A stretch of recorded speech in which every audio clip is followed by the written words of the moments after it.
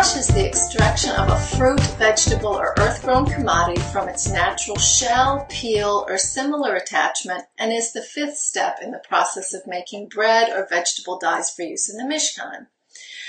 Dash translates into English as threshing and is another of the 39 prohibitions of Shabbat. So typically, dash or threshing occurs in the fields as part of the harvesting process. During the days of the Mishkan, it was done by people stamping on the piles of stalks to break the kernels off from the stalks, the leaves, and chaff, or by animals dragging heavy boards over the stalks. Today, it's all done by machine right in the field.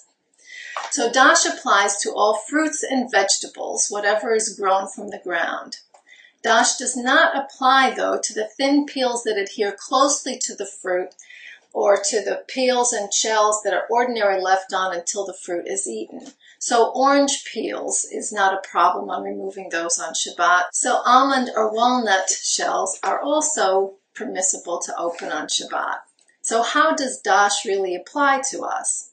Well, if you have pecan trees, walnut trees, or other nut trees, the nuts fresh from the tree have a fibrous outer layer that you've probably never seen if you've just bought nuts from the grocery store.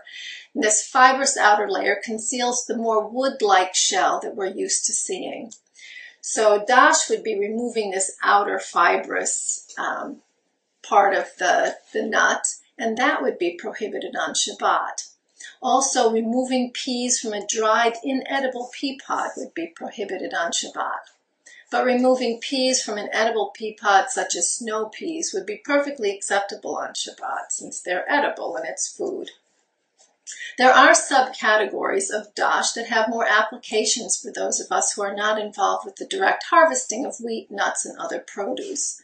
One tolda, or subcategory, is sechita, which is extracting liquids.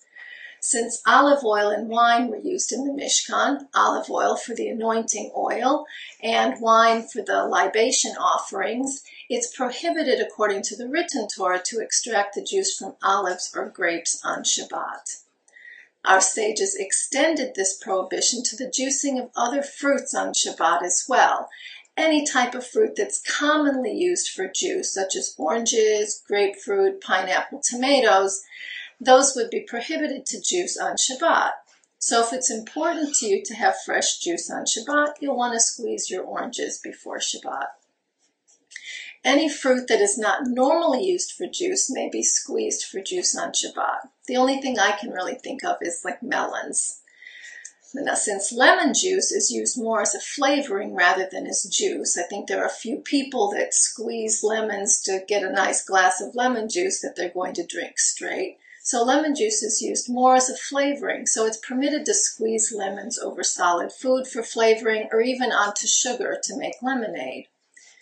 So that concludes this brief review of dash. As you move forward on your journey, if you've not done so already, I encourage you to partner with a rabbi so that you may have answers to your questions that are specific to your circumstances.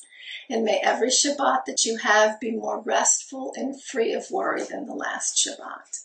And keep your eyes on the Torch website for more journeys.